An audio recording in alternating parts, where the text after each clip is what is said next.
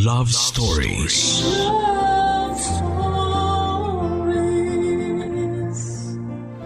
Ang sabi nila kapag tunay ang pagmamahal mo ay handa kang tanggapin ng kahit na anumang pagkakamali ng isang tao at patawarin ito. Ngunit sapat nga ba ang pagmamahal para matabunan ang sakit ng isang pagkakamali? Ikaw kapuso, nasubukan mo na bang magpatawad kahit na labis kang nasaktan?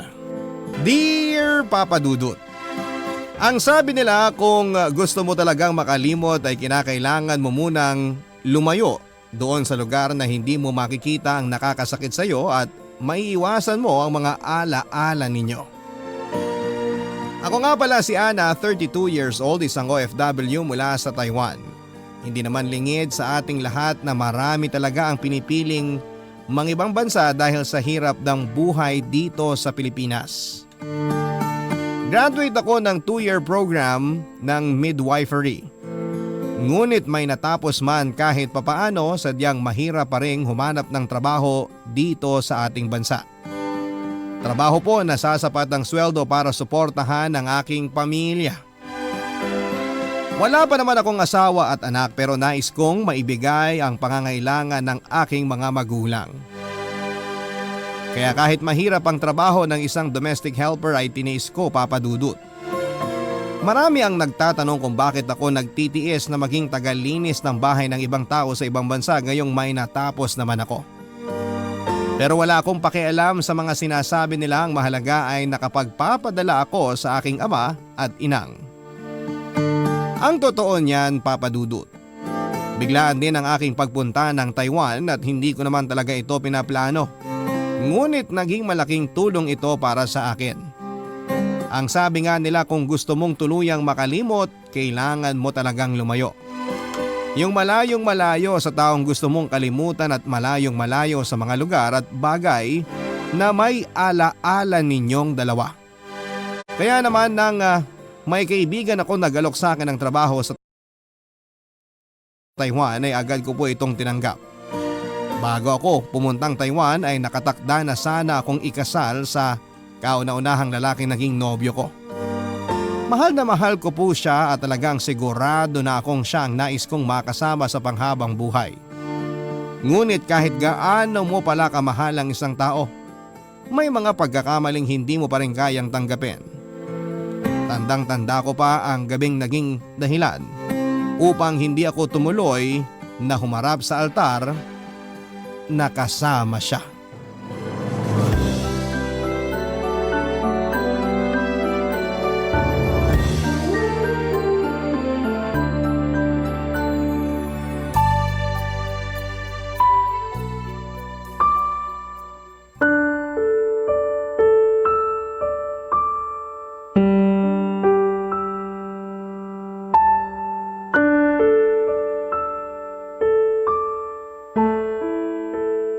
Ate, ayoko sanang sabihin sa'yo dahil alam kong masasaktan ka.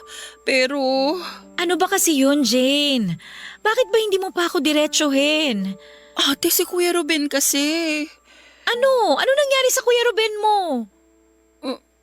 Ano kasi ate? Ano ba, Jane? Kanina ka papaligoy-ligoy eh. May nangyari ba sa Kuya Ruben mo? Kasi ate, si Dina, yung bago kong kaibigan sa trabaho, O ano naman ang kinalaman niya sa Kuya Ruben mo? nakita niya kasi yung pictures natin sa cellphone ko.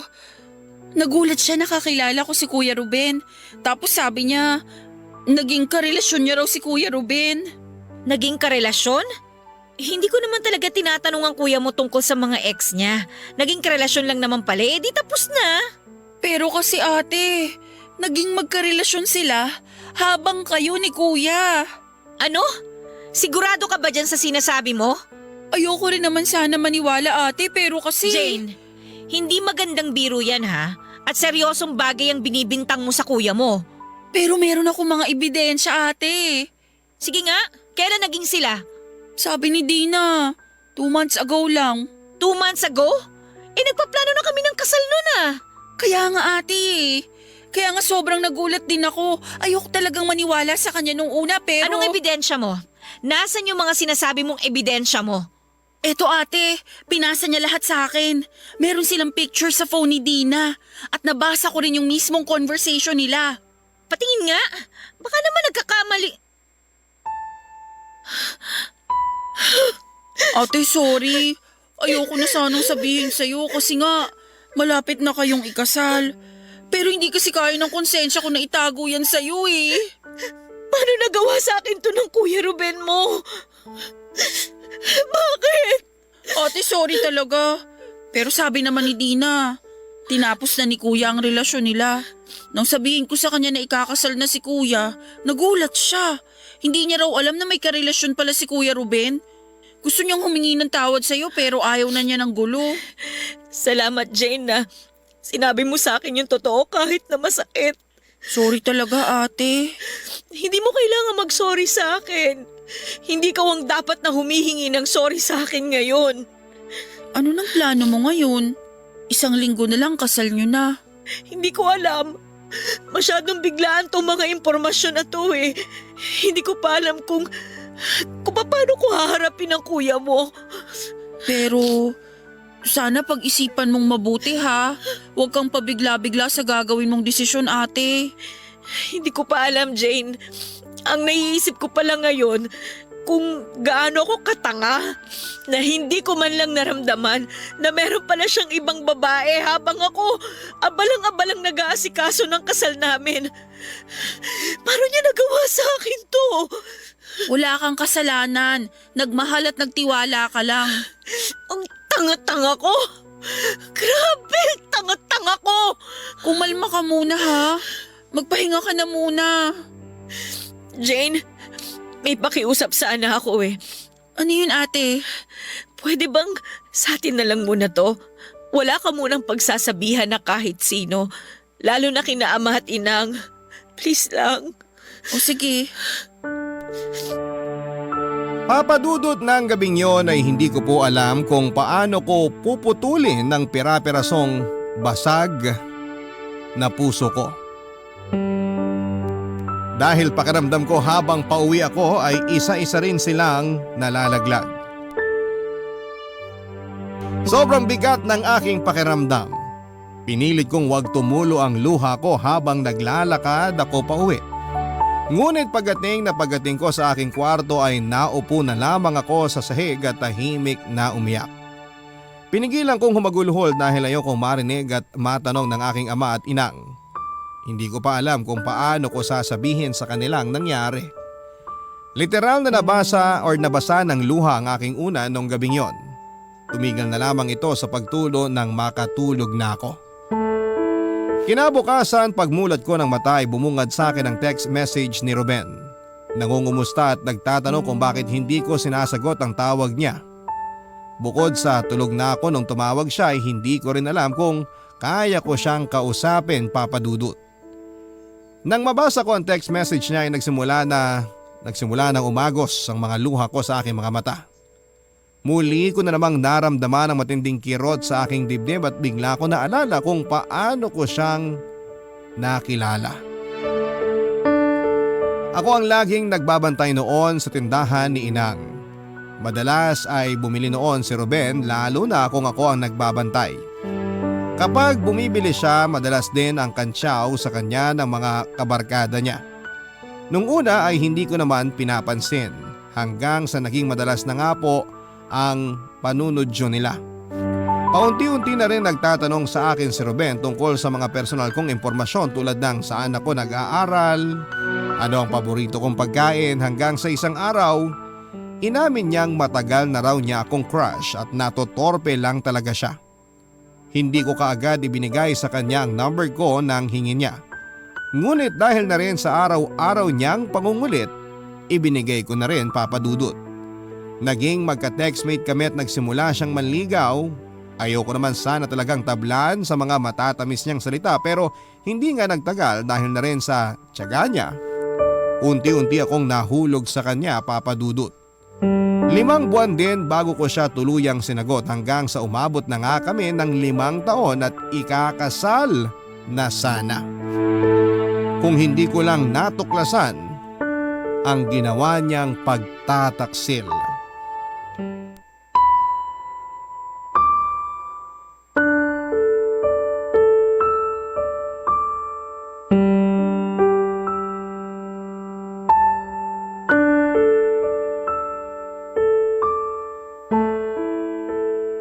Mahal, kamusta ka?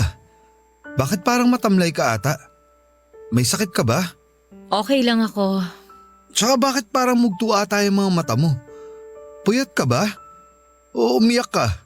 Okay nga lang ako. Naku mahal, mukhang na-stress ka na sigurado sa mga preparasyon para sa kasal natin.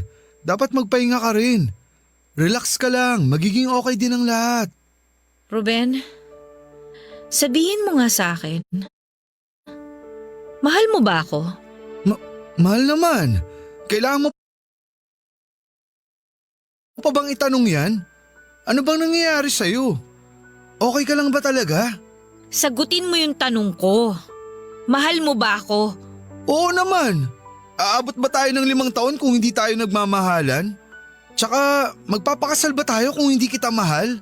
Sigurado ka bang mahal mo ko? Ana, ano ba talagang nangyayari?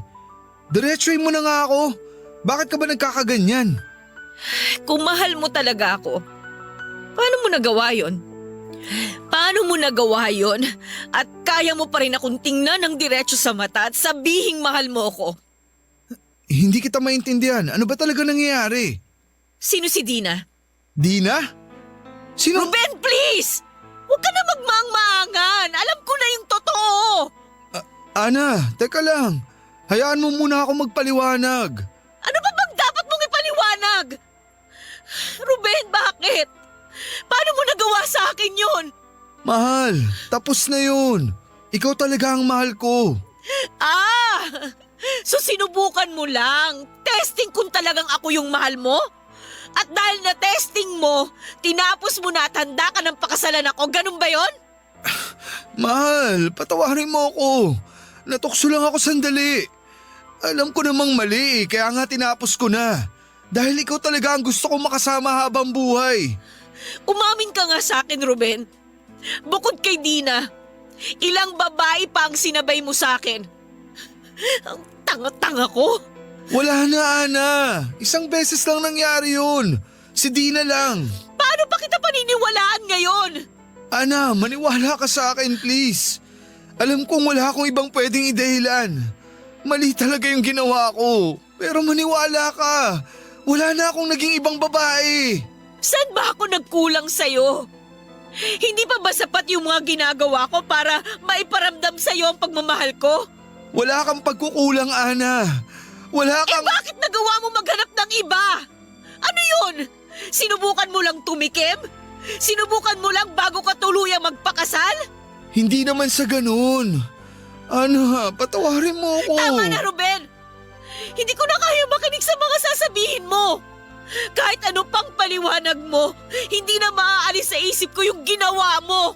Mahal, malalampasan din natin to. Magsisimula tayo ulit. Kapag kasal na tayo… Wala nang kasalang mangyayari!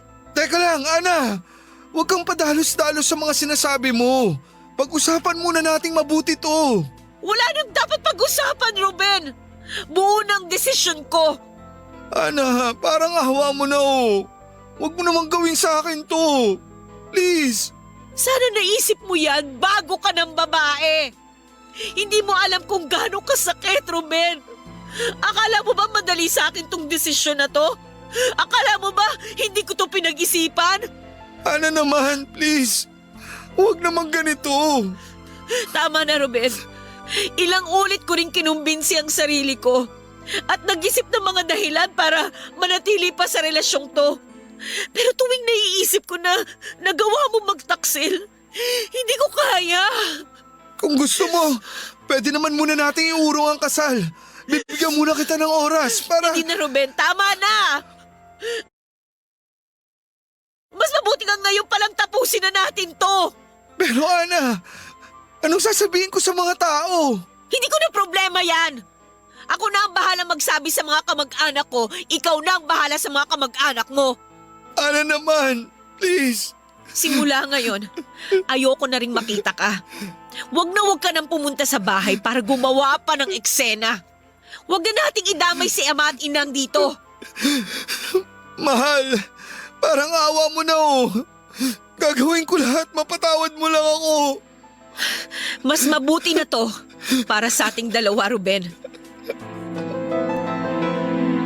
Nang umuwi ako mula sa pag-uusap namin ni Ruben ay hindi ko na napigilan ang tuloy-tuloy na pagdaloy ng aking mga luha. Hindi ko maipaliwanag ang sakit na nararamdaman ko, Papa Dudut. Tila ba papel na nilulukot ang aking puso. Unti-unting gumuho ang mga pinapangarap ko para sana sa pamilyang sisimulan naming dalawa.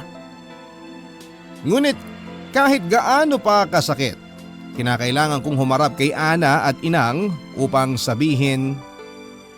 Kailangan kong humarap sa aking mga magulang kay Ama at Inang upang sabihin sa kanila na hindi na matutuloy ang aming kasal. Noong una po ay nagagalit ang aking mga magulang. Lalo na si Ama dahil 1 linggo na lamang sana ay kasal na.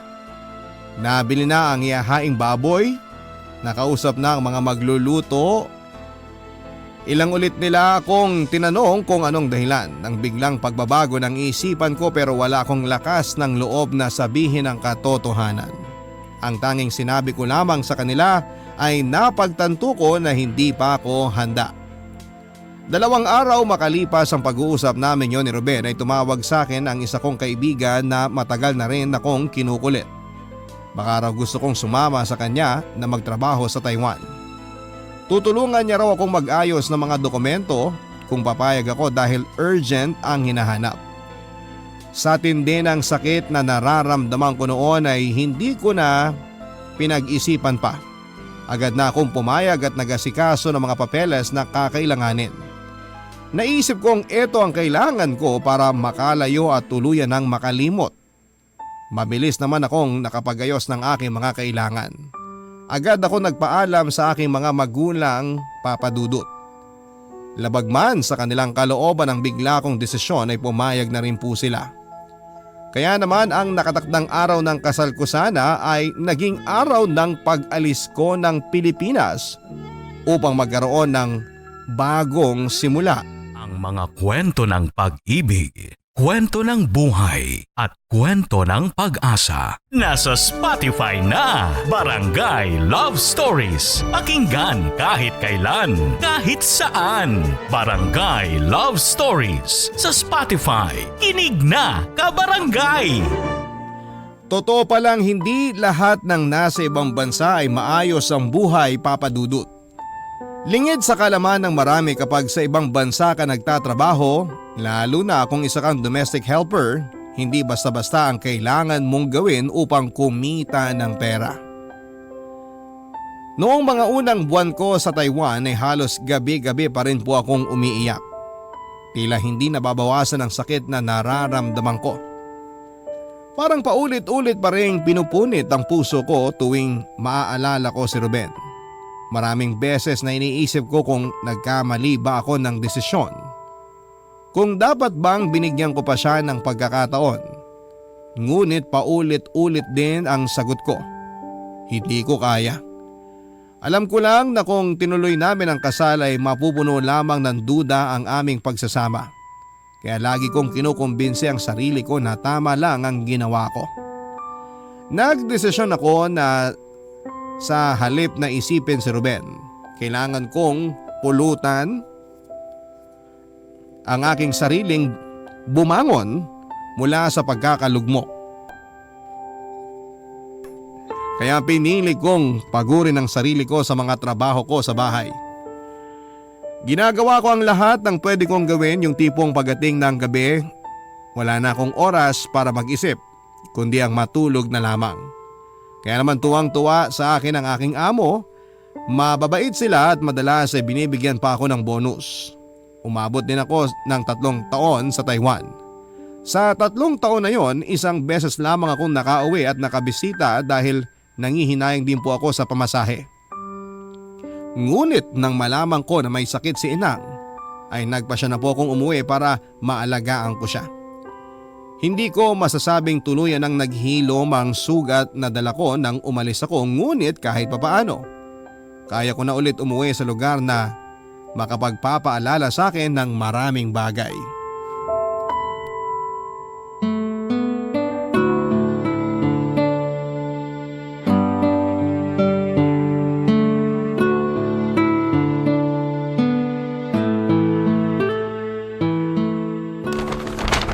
Wow ate, napakarami naman ito.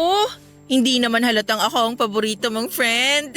Naku, magtigil ka nga. Baka mamaya marinig ka ng mga kamag-anak ko, maniwala pa yun sa'yo. Pare-pareho lang naman ang binigay ko sa inyo, no? Talaga ba? Parang iba kasi tong sa akin eh. Ewan ko sa'yo. Ay ate, busy ka ba bukas? Bukas? Mukhang hindi naman. Bakit? Aayain sana kita. Labas tayo. Aba, libre mo ba? Kung oo, sige, game ako. Eto naman, ikaw nga tong nanggaling sa ibang bansa tapos akong manlilibre. Ay bakit? Sino ba nagaya? Ako? Kita mo na, o di ikaw manlilibre. Ikaw naman, di ka na mabiro. Siyempre libre ko. Saan ba tayo pupunta? Ano bang meron? Di ko pa naman birthday ah. Kasi ate, gusto ko sanang ipakilala sa'yo yung jowa ko. Ah, si Roger? Yung bukang bibig mo tuwing magka-chat tayo? Siyempre naman gusto ko ring makilatis mo siya para malaman mo kung bakit patay na patay ako sa kanya. Grabe Jane, mukhang lakas talaga ng tama mo sa lalaking yan ha? Gaano na kayo ulit katagal? 6 na buwan na rin. Ang harot mo! 6 na buwan pa lang naman pala kayong magjowa. Correction pala ate, hindi na jowa. Fiancé na.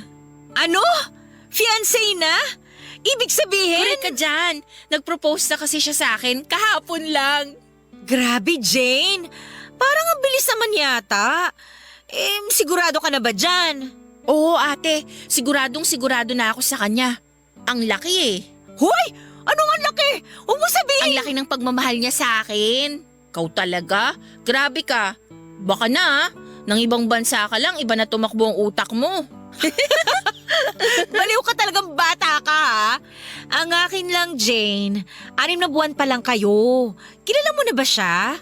Sigurado ka na bang siya na ang gusto mong makasama habang buhay? Oo naman ate. Tsaka diba, wala naman yan sa tagal na magkakilala. Ang mahalaga, sigurado kami sa isa't isa. Diba, kayo nga ni Kuya Ruben eh. Naku, sorry ate. Medyo nadala lang ako ng usapan natin. Hindi ko sinasadya. Okay lang. Tama ka naman eh. Wala nga yan sa tagal ng magkakilala. Ang importante, sigurado kayo sa isa't isa. Kaya kung ganun nga ang sitwasyon ninyo, sino ba naman ako para pigilan kayo, di ba? Sorry ulit ate, hindi ko talaga sinasadyang banggitin si Kuya Ruben. Ano ka ba? Ang tagal na nun, no? Okay na naman ako marinig ang pangalan niya. Ikaw talaga. Nag-move on na ako, di ba? Sabi mo yan ate ha? Nagkita na ba kayo ulit? Hindi pa. Wala din naman kasing dahilan para magkita pa kami ulit eh. Ang late kaya ng barangay natin. Ni minsan ba? Hindi mo pa siya nakasalubong simula nung umuwi ka? Hindi. Tsaka alam mo namang hindi talaga ako madalas lumabas ng bahay. Baka mangitim pa ako. Sayang naman tong pinuti ko sa Taiwan, ano? Ewan ko sa'yo. Pero seryoso nga, anong gagawin mo pag nakita mo siya? O pag nasalubong mo? Ano bang gusto mong sagot ko? Sasampalin ko, ganon. Siyempre, wala. Ano naman kung makasalubong ko siya, wala na akong pakialam sa kanya, no? Talaga lang, ha?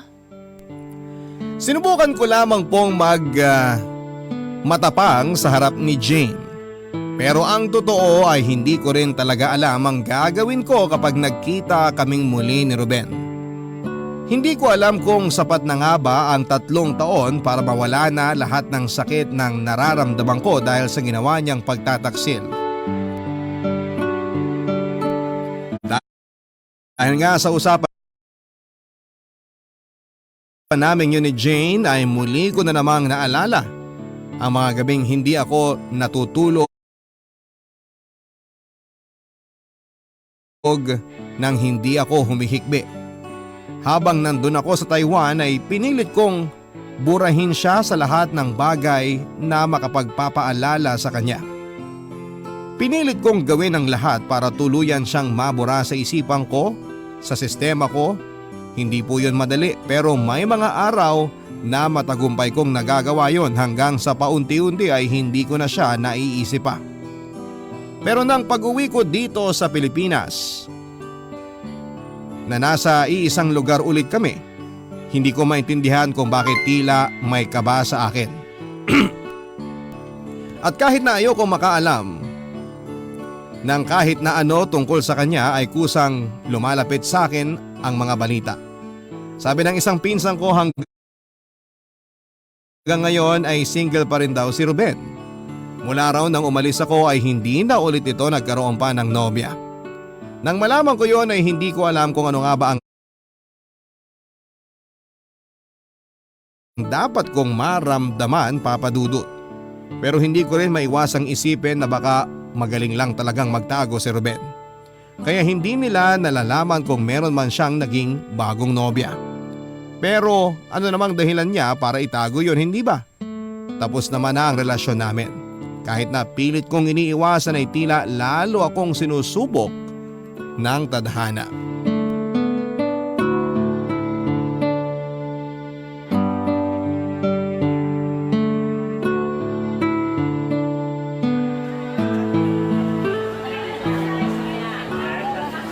Ana! Ana! Oh, Ruben! Dito pa talaga tayo sa palengke nagkasalubong. Oo nga eh. Kumusta ka na? Okay lang naman. Ako, di mo man lang ba ako kukumustahin? Ay, oo nga. Ikaw, kumusta? Eto, nagsisisi pa rin sa nagawa ko sa'yo. Naku Ruben, nagmamadali pala ako. Tapos ka na bang mamalengke? Gusto mo samahan na kita para mas mapabilis ka? Ay hindi na, konti lang naman ang mga bibilin ko eh. Sige na, mauna na ako ha. Teka lang, Ana. Baka naman pwede tayong mag-usap kahit sandali lang. Pasensya ka na ha, nagmamadali talaga ako eh. Kahit hintayin na kitang matapos mamalengke. Sige na. Naku, maiinip ka lang. Mainipin ka pa naman. Okay na ako, sige na, sige na. Iniiwasan mo pa rin ba ako? Hindi ah. Pakiramdam ko, iniiwasan mo pa rin ako eh. May epekto pa rin ba ako sa'yo? Ano bang sinasabi mo? Wala na, no? Kung ganun, baka naman pwede mo na akong pagbigyan. Mag-usap naman tayo, please. Napakakulit mo talaga. Sige na nga. Pero dito talaga sa gitna ng daan? Doon, gumilid muna tayo sa may waiting shed.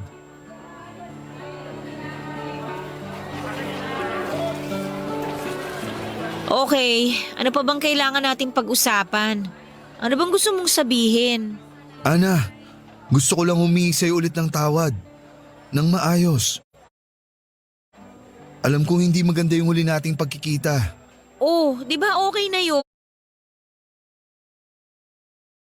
Tapos na yun. Napatawad mo na ba ako? Siguro. Hindi na ako magsisinungaling sa'yo pero sa totoo lang, hindi ko rin alam eh. Kaya ba, hindi mo sinagot kahit isa man lang sa mga sulat ko? Teka, paano mo pala nalaman ang address ko sa Taiwan? Si Jane bang nagsabi sa'yo? Hindi si Jane. Mukhang mas matindi pa galit nun sa akin kaysa sa'yo. Kung hindi kay Jane, kanino mo nalaman ang address ko? Nagmakaawa ako sa inang mo. Nung una, ayaw niya rin ibigay. Pero siguro, nakulitan na rin sa araw-araw kong pagpunta sa inyo. Kaya binigay na rin niya. Naku, yung si Inang talaga, yari sa akin yan. Hayaan mo na. Ako naman talaga ang namilit sa kanya. Pero Ana, hindi mo ba sinabi sa kanila ang dahilan kung bakit hindi natin tinuloy ang kasal? Bakit? Nagtanong ba si Inang sa'yo? Sinabi mo ba? Hindi ko lang naman sa'yo gustong humingi ng tawad. Sa mga magulang mo na rin. Kaya sinabi ko sa kanila ang totoo. Talaga? Ano nangyari? Di ayun, naligo ako ng malamig na tubig. Sinabuyan ako ni Inang. Nagpapasalamat na nga lang ako na hindi yun mainit na tubig. Kung hindi pa siya inawat ng ama mo, baka hindi lang yun ang inabot ko. Ginawa yun ni Inang? Oo. Pero, bakit nga hindi mo sinabi sa kanila ang totoo? Kahit papano naman Ruben, minahal kita. May pinagsamahan tayo. Ayoko lang din sana na maging masama ang tingin nila sa'yo. Pero wala na rin palang kwenta ang pagsisinungaling ko dahil sinabi mo na yung totoo. Salamat, Ana. Sana talaga mapatawad mo na ako. Matagal na rin naman yun. Tsaka feeling ko okay naman na ako. Talaga bang tapos na? Hindi mo na ba talaga ako mabibigyan ng isa pang pagkakataon? Ruben. Sana mapagbigyan mo pa ako, Ana. Bago man lang ako umalis papuntang Saudi. Malapit na palang umalis si Ruben at susubukan daw niyang makipagsapalaran sa Saudi. Kung magiging totoo ako sa sarili ko ay hindi ko alam kung ano ang dapat kong maramdaman. Gusto kong isipin na dapat ay wala na akong pakialam. Na ano naman kung aalis na siya. Dapat ang sabihin ko na lang di go. Pero may kakaibang bigat sa dibdib ko sa balitang yon. Nang magkakwentuhan muli kami ni Jane ay kinumpirma niya sa akin na nang umalis ako ay hindi na ulit nagkanobya pa si Ruben. Noong mga unang buwan halos araw-araw daw itong lasing. Nang lumaon ay ibinuhos daw nito ang oras niya sa pagtatrabaho sa bukid nila. Siya nang namahala sa bukirin ng kanyang papang. Simula na magkausap kami ni Ruben sa palengke ay panay na rin ang pagpapadala nito ng mga sulat na ni minsan ay hindi ko naman sinagot. Minsan ay nagpapadala din po ito ng bulaklak o kaya ng mga kakanin na alam kong paborito ko. Sa madaling salita ay sinusubukan niya ulit na manligaw. Ayoko naman sanang pansinin ngunit kilala ko si Ruben. Kahit na sabihin kong tumigil na siya ay hindi siya basta-basta hihinto. Kaya naman hinayaan ko na lang din siya. Naisip ko na kapag lumipas ang mga araw papadudot, mapapagod din siya. Pinigilan ko ang sarili kong tablan muli ng kanyang mga matatamis na salita. Natatakot pa rin ako kapag naaalala kong minsan na siyang nagtaksil sa akin. Ayoko nang makaramdam ng kahit na ano pa para sa kanya, lalo pat aalis din naman pala siya, papadudot. Ang mga kwento ng pag-ibig, kwento ng buhay at kwento ng pag-asa. Nasa Spotify na! Barangay Love Stories. Pakinggan kahit kailan, kahit saan. Barangay Love Stories sa Spotify. Kinig na, kabarangay! Talagang dito sa bansa natin, kapag nagkakaedad ka na, mahirap nang iwasan ang mga tanong ng mga taong nasa paligid mo. At ang paborito nilang tanong ay kailan ka ba mag-aasawa? Kesyo hindi na raw ako bumabata at baka hindi na kayanin ng katawan ko ang magkaanak. Na mahirap daw ang tumanda ng mag-isa. Wala kang makakasama. Walang mag-aalaga sa'yo. Alam ko naman na inaalala lamang ng ama at ina ang aking kapakanan ngunit nakakarindi na rin kapag paulit-ulit. Pakiramdam ko tuloy ay nakabantay sila sa bawat kilos ko. Nakatingin sila tuwing makikita nila akong nakangiti habang hawak ko ang cellphone ko. Paulit-ulit nilang sinasabi na gusto na raw nila ng apo. Na sana raw bago sila lumisan sa mundong ito ay makita muna nila ang mga magiging anak ko. Bukod sa aking mga magulang, nandyan din ang aking mga tiyuhin at tiyahin. Na hanggang ngayon ay may paninisi pa rin kung bakit hindi ko pa tinuloy noon ang magpakasal. E di sana raw ay may mga supling na ako sa ngayon. Kung pinalaki lang akong bastos ni inang, matagal ko na silang sinagot at pinagsabihan. Palibasa ay hindi naman talaga nila alam kung ano ang nararamdaman ko. Kaya wala akong magawa kundi ang tumango-tango na lamang at ngumiti-ngiti tuwing pinagsasabihan nila ako. Bukod sa kanila ay dumagdag pa si Jane na wala nang ginawa kundi ang manudyo dahil sa patuloy na pangungulit sa akin ni Ruben.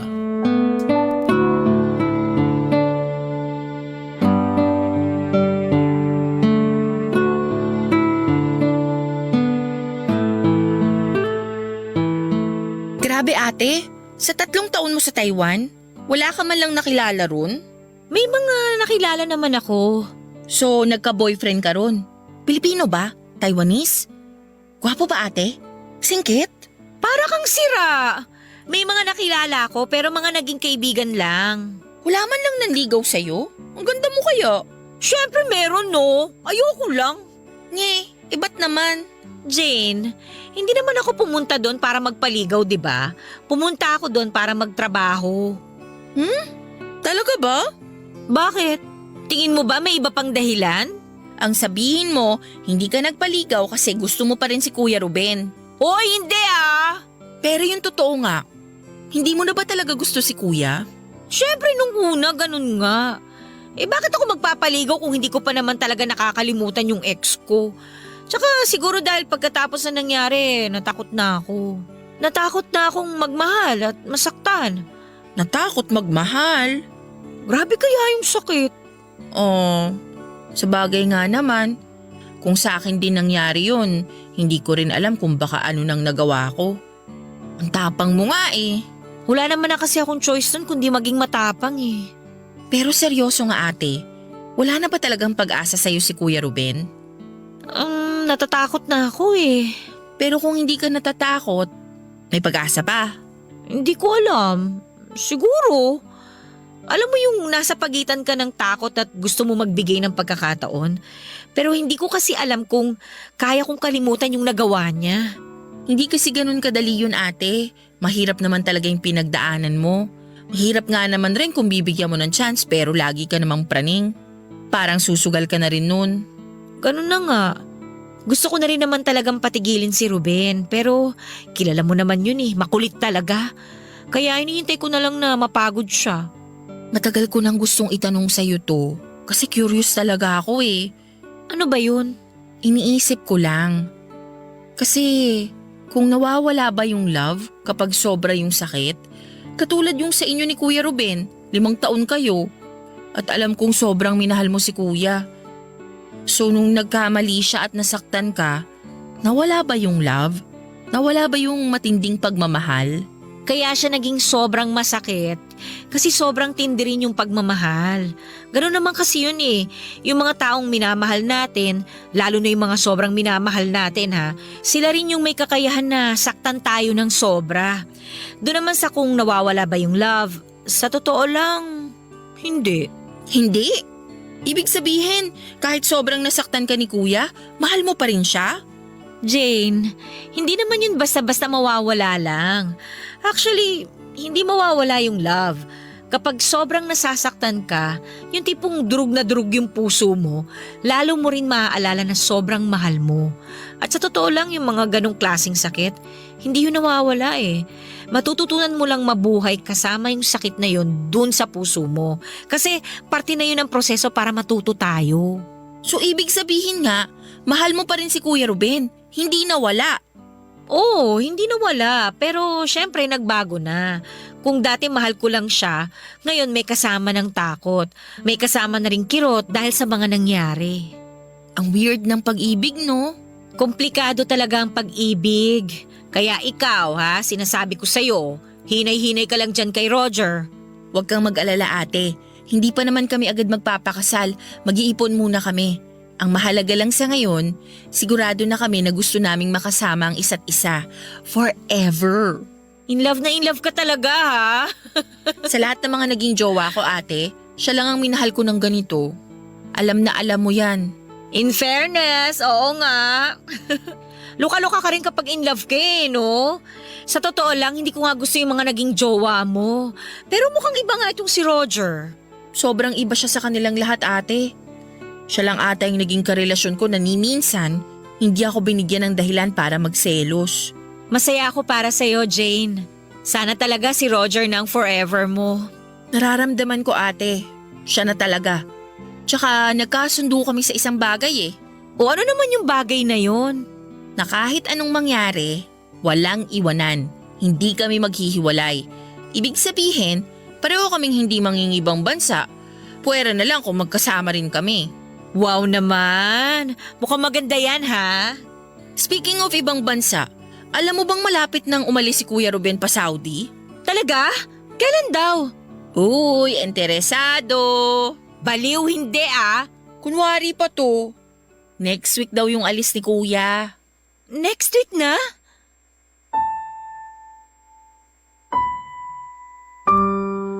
Alam ko naman na dapat ay wala na akong pakialam. Ano naman kung aalis na next week si Ruben? Mas mabuti nga yon nang hindi ko na siya tuluyang makita pa.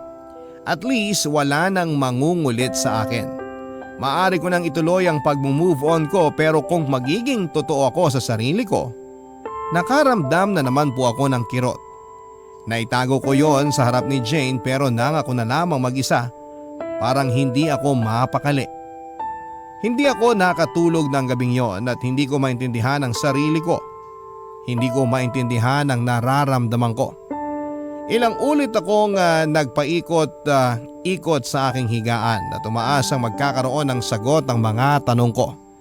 Dahil hindi ako makatulog, binalikan ko ang mga sulat ni Ruben. Papadudot nang muli kong basahin ang mga sulat niya ay natagpuan ko na naman ang sarili kong umiiyak. Muli ko na namang nabalikan ang mga alaala naming matagal-tagal ko na ring sinubukang ibaon sa limot. Nang balikan ko ang aming nakaraan na pagtanto kong marami rin naman pala kaming masasayang alaala. Iba ang ngiti ko sa mga larawang kasama ko si Ruben. Ayoko sanang aminin pero ang totoo ay mahal ko pa rin siya. At ngayon ang tanong ko sa sarili ko ay kakayanin ko bang mapapalayo na siyang muli sa akin? Pero kaya ko na bang kalimutan ang sakit na pinaramdam niya sa akin? Hindi ko pa alam ang sagot, Papa Dudut, at malalaman ko lamang kung makakausap ko siya ng harapan. Kaya kahit na nakakahiya, nakiusap ako kay Jane na mag-abot ng sulat kay Ruben. Kailangan ko siyang makausap, Papa Dudut.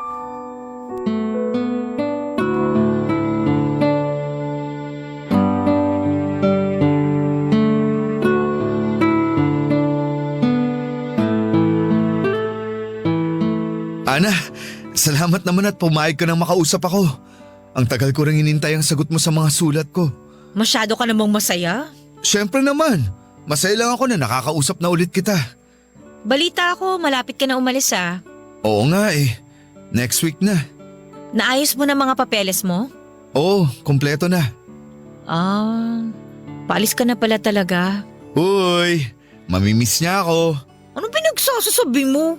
Umamin ka na kasi, mamimiss mo ako no? Ruben, bakit ba kinukulit mo pa rin ako? Ha?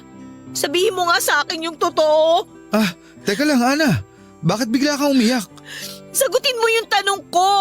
Bakit ba kinukulit mo pa rin ako? Sinabi ko naman na sa'yo, di ba? Mahal pa rin kita. Hindi pa rin kita nakakalimutan. Pero bakit? May sagot ba yun? Hindi ko rin alam. Sinubukan ko rin naman nakalimutan ka. Pero wala eh. Nung umalis ka noon, sobra yung sakit na naramdaman ko. Pakiramdam ko mamamatay na ako sa sobrang sakit ng puso ko. Kung ganun mo pala ako kamahal, bakit mo ako nagawang lokohin noon? Alam ko na walang magiging sapat na rason para ipaliwanag ang pagkakamali ko na yon.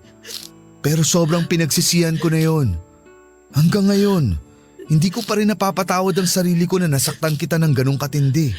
Sobrang sakit ng puso ko noon, Ruben. Pakiramdam ko noon, araw-araw pinipira-pira sa yung puso ko. Gumuho lahat ng pangarap ko para sa ating dalawa. Alam kong sobrang laki ng pagkakamali ko, Ana. At hindi kita pipilitin na patawarin ako agad-agad. Alam kong kailangan kong paghirapan muna ng gusto bago ko makuha ulit ang tiwala mo. Para makalimutan mo na yung sakit na naramdaman mo. Hindi ko alam kung makakalimutan ko pa yon, Ruben. Hindi ko rin alam kung kailan o kung paano. Handa akong maghintay, Ana. Hanggang sa mapatawad mo na ako. Pero aalis ka na. Bakit? Ayaw mo ba? Pipigilan mo ba ako? Kapag sinabi ko ba sa'yo na huwag ka nang umalis, hindi ka aalis? Oo! Kapag sinabi mong wag na akong umalis, hindi ako aalis. Alam mo kung ano nakakatawa, Ruben? Kahit na sobrang tindi ng sakit na naramdaman ko dahil sa ginawa mo noon, ang totoo,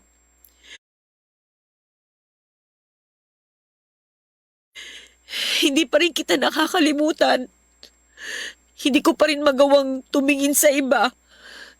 Hindi ko rin maintindihan kung bakit sa dami ng luha na tumulo sa mga mata ko dahil sa'yo, bakit mahal pa rin kita?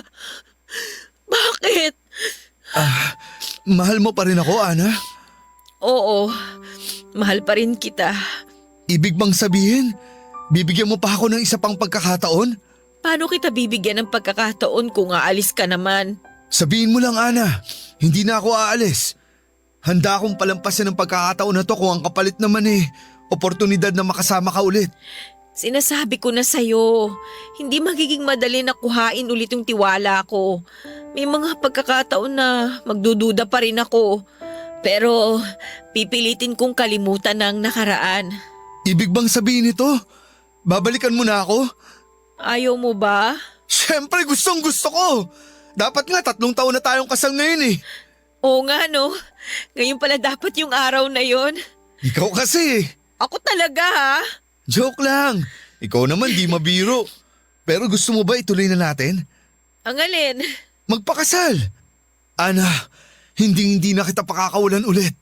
Teka lang, seryoso ka ba?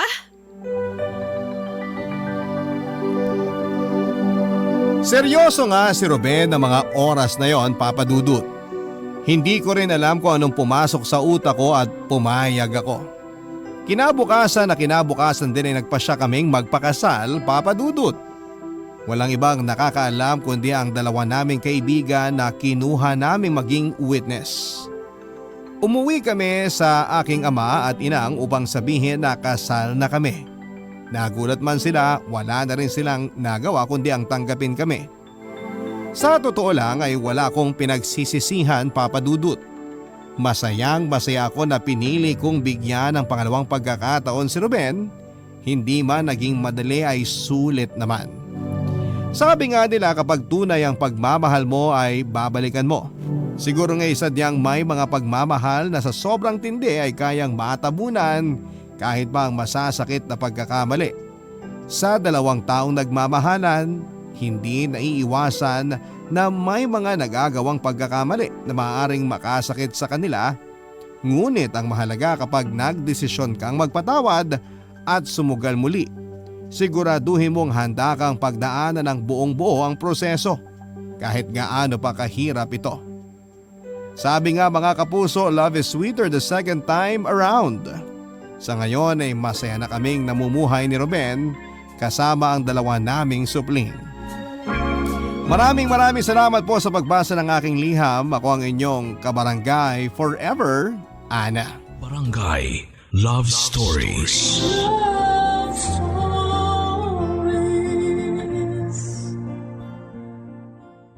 Barangay LS 97.1 97.1 Number 1 Forever.